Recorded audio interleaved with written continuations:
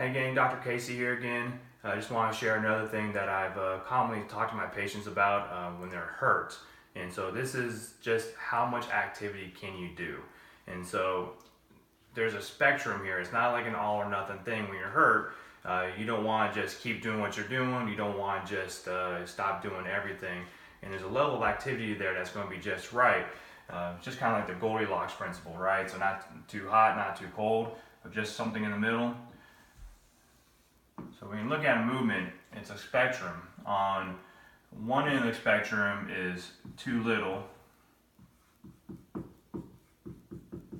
the other end is too much, or being 100% pain-free.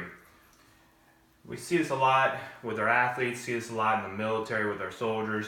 There's a common mentality of pain is weakness leaving the body, and that's not true at all.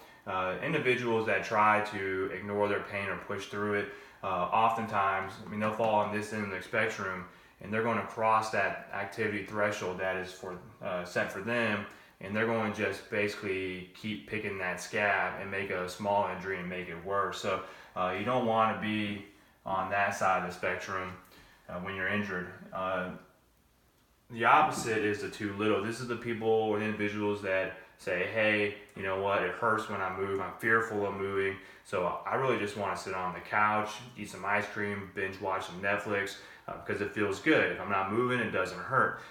But that comes with its own consequences. It comes with deconditioning, weakening, decreased mobility, but then also you got to think about the mental aspect of it too, so it can lead to depression, anxiety, and increased fear avoidance of movement. And so you don't want to be on this side, but you don't want to overdo it. So somewhere on the spectrum is a line. And unfortunately, that line depends on the person. I can have two athletes, both with a similar sprained ankle, but they're going to be able to do different levels of activity. And what you want to do is be able to push your activity to that threshold, but not cross over it consistently. If you cross over it every now and again, it's okay. You just got to bring yourself right back. And the goal is eventually move your threshold down as you continue to improve, and so that you can do more and more activity. So for some people, if they're hurt, say they tweak their back, they might only be able to do maybe a little bit of walking, maybe a little bit of light stretching, and then you just improve that threshold or improve that activity level as you continually get better without overdoing it. At the same time, somebody who tweaks their back might be somewhere down here, and they can still do some light running, maybe do some light weight training. And so it all depends on the person. Unfortunately, as a physical therapist, I'm not with my patient 24 hours a day, and I have to kind of best guess what their activity level is. But it's really up to the patient to determine that. And sometimes the only way to figure that out is to cross that threshold, maybe just one time, realize that might have been too much, and then tone it down and build yourself up from there.